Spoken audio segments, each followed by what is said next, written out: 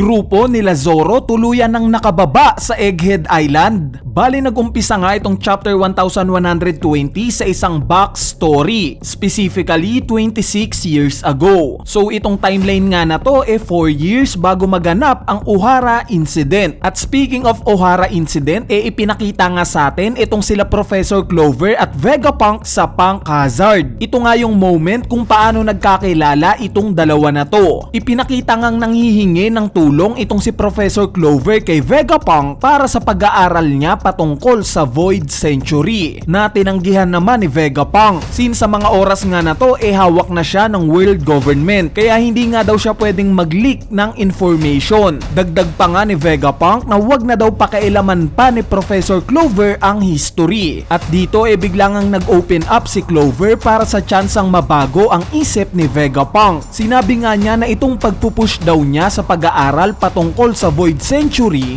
bunga ng karanasan niya. Since nung bata pa nga daw siya may pinatay sa harap niya na miyembro ng D family. Pagbubunyag pa nga ni Clover na itong pinatay daw na to sobrang malapit sa kanya. Ito nga daw yung big brother niya. Yes guys, miyembro nga rin itong si Clover ng D family. At ang tunay nga daw niyang pangalan Clayom D. Clover. Nagsinungaling nga lang daw siya na hindi ito ang pangalan niya kaya nabuhay pa rin siya hanggang ngayon. At dito bumuhos na nga ang emosyon ni Clover dahil paano ka nga naman daw ba mamamatay sa pagkakaroon lang ng D sa pangalan mo. Though nakita naman natin yung sympathy kay Vegapunk pinalabas pa nga rin niya na wala siyang pakialam sa sinabi ni Clover. Pero inassure nga niya ito na hindi niya daw ipagkakalat yung ni-reveal neto sa kanya at pinangakuan niya pa ito na maghintay lang daw dahil susubukan nga daw niyang buuhin yung puzzle na to patungkol sa Void Century at kapag nangyari na nga daw ito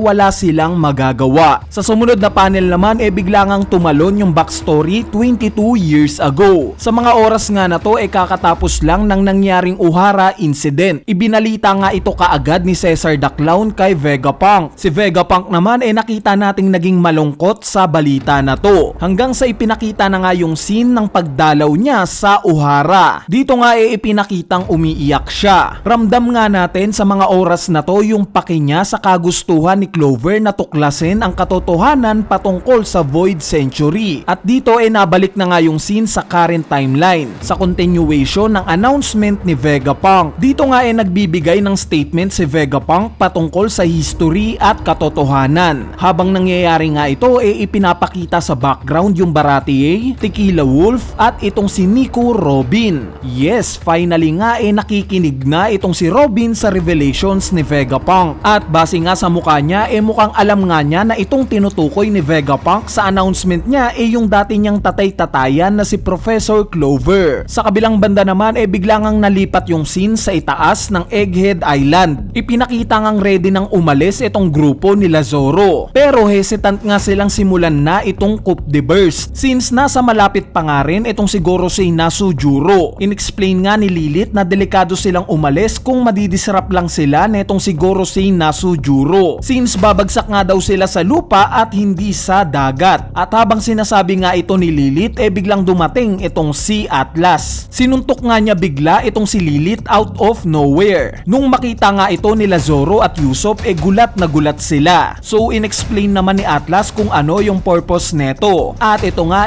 para daw hindi na madetect pa ni York itong si Lilith. Dagdag pa nga ni Atlas na pinagkakatiwala niya na daw itong si Lilith sa Straw Hat Pirates. Though hindi pa nga rin mag-gets nila Usopp itong sinasabi ni Atlas agad nga silang nabulabog dahil sumugod na naman itong si Gorosei Nasujuro. Nung makita nga ito ni Jinbei agad niyang sinuggest na lumipad na sila na agad rin namang inutos ni Zoro kay Brook. Nung makita nga ito ni Atlas bigla niyang pinuntahan itong si Gorosei Nasujuro para pigilan. At yes, successful naman itong ginawa ni Atlas. Nahawakan nga niya itong si Nasujuro at nilipad palayo. Pero ang kapalit nga neto buhay dahil nakita nga nating naputol itong braso ni Atlas. at sa huli bigla niyang pinasabog ang sarili niya. Nung makita nga ito nila Usopp at Chopper napaiyak sila. Si York naman tuwang-tuwa dahil ang alam nga niya siya na lang ang natitirang satellites ni Vegapunk. Samantalang itong si Nasujuro naman nakita nating buhay pa at may damage nga lang siya ng konti dahil sa pagsabog ni Atlas. Mapunta naman tayo sa ibabang parte ng Egghead Island ipinakita ngang nagtataka itong mga Marines sa biglaang pagsulpot ng ancient robot, same as sa mga Giants, especially si Luffy. Dito nga nakita nating tinatawag ng ancient robot itong si Luffy bilang Joy Boy. Though hindi nga ipinakitang nagsasalita siya, mukhang nakakapag-communicate nga ito sa pamamagitan ng voice of all things, similar sa nakita natin kay Zunisha. Nabanggit nga ng ancient robot na to na yung kalaban daw ni Luffy